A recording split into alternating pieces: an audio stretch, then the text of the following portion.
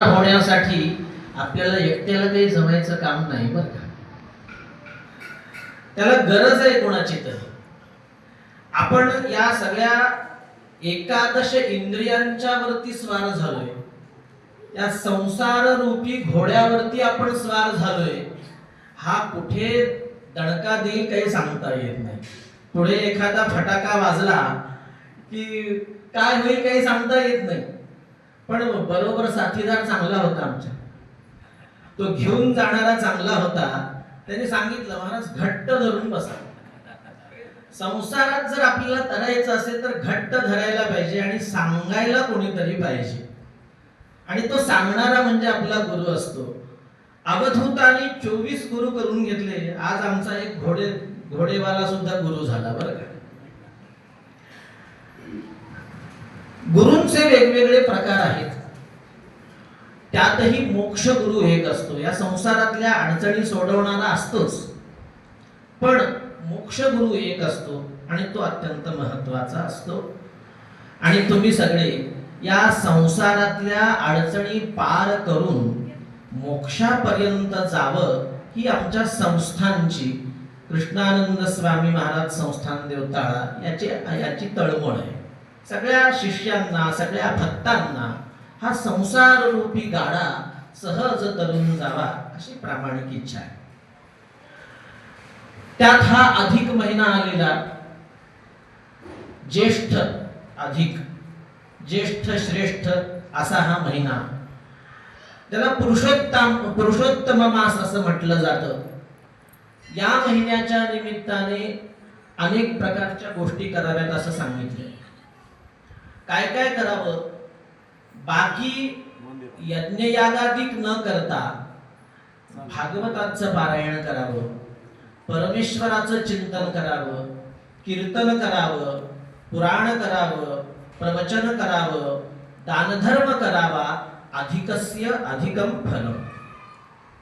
म्हणजे अधिक महिन्याचं फळ हे अधिक सांगितलंय. इतर महिन्यांच्या पेक्षा सुद्धा या पुरुषोत्तम मासाचं फळ, या पुरुषोत्तम मासामध्ये जर आपण दान केलं तर इतर महिन्यामध्ये जेवढं पुण्य लागणार आहे त्याच्यापेक्षा अधिक पुण्य यात लागणार आहे. यात आपण गुरुपूजन केलं त्याचं पुण्य अधिक आहे. यात आपण भगवंताचं नामस्मरण घेतलं त्याचं पुण्य अधिक आहे. अशा सगळ्या पुण्यांच्या राशी या अधिक महिन्यामध्ये प्राप्त होतात.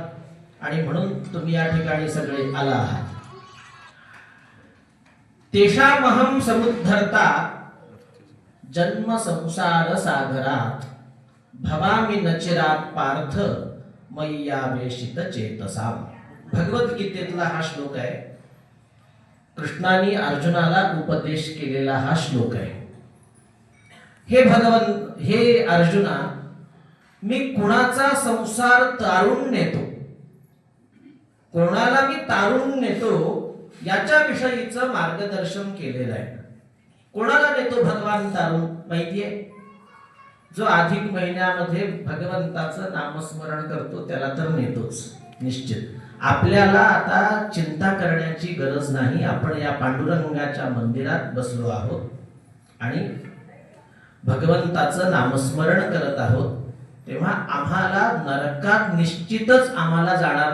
आम्ही निश्चितच जाणार नाही. नरकातले दूत, यमदूत आमच्यापर्यंत येणार निश्चितच नाही. कारण आम्ही भगवंताचं नामस्मरण अधिक महिन्यामध्ये घेतो आहोत. यमराजांनी आज्ञा केली आहे, सगळ्या यमदूतांना, आपल्या दूतांना आज्ञा केली आहे, माझ्याकडे कोणाला आणायचं. अजामेळाच्या आख्यानामध्ये, श्रीमद भागवतामध्ये असं वर्णन आहे, तानानयध्वम, त्यांना तुम्ही घेऊन या. कुणाला घेऊन या? ज्याच्या मुखामध्ये भगवंताचं नामस्मरण आलेलंच नाही,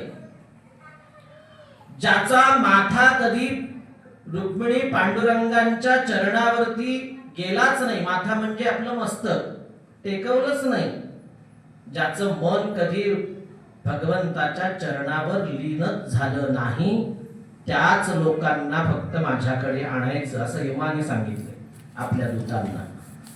आणि ज्याचं स्मरण हे पुण्यकारक आहे. भगवान विष्णूंनी पण असं सांगितलंय, जे माझं स्मरण करत असतात त्यांना तुम्ही घेऊन यायचं, असं आपल्या दूतांना पार्षदांना सांगितलंय. विष्णूचे दूत 4 आहेत, यमाचे दूत 3 आहेत. आपल्याकडे कोण येणार आहेत? कोण येणार आहेत? खात्री नाहीये काय? कोण येणार आहेत आपल्याकडे? काळजी करू नका, आत्ता येणार नाही. पण जेव्हा आपला अंतकाळ जवळ येणार आहे त्यावेळी निश्चित आपल्याला विष्णूचेच दूत येणार आहेत आणि ते येवोत. त्याच्यासाठी भगवान सांगतात, तेषामहं समुद्धरता मृत्यू संसार सागरात. मृत्यू संसार या सागरातून मी उद्धरून नेत असतो. कोणाला? भवामी नचिरात पार्थ मय्यावेशित चेतसाम, ज्यांनी माझ्या ठिकाणी मन ठेवलेलं आहे. आपलं मन कुठे? मन आहे का? कुठं बसलंय ते? त्याचा फोटो काढता येतो का? आता आपण अनेक फोटो काढून घेतले की नाही, तसा मनाचा फोटो काढता येतो का आपल्याला? कुठे आहे हो मन? बघा, शोधा. आत बसले कुठेतरी शरीरात आहे, डोळे झाका, बघा दिसतंय का आतलं? आमची इंद्रिय अशी विचित्र आहेत बघा, बाहेरचं दिसतंय, आतलं काही दिसत नाही. आहेत की नाही बघा.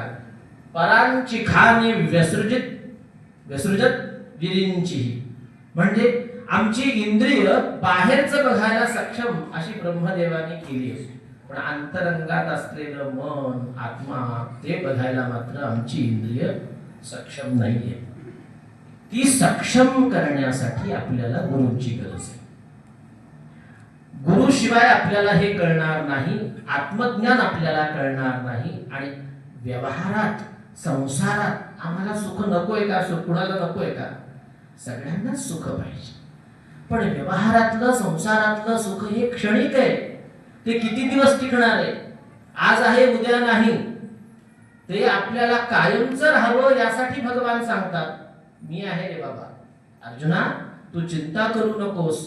भवामी नचिरात पार्थ मृत्यू संसार सागरात.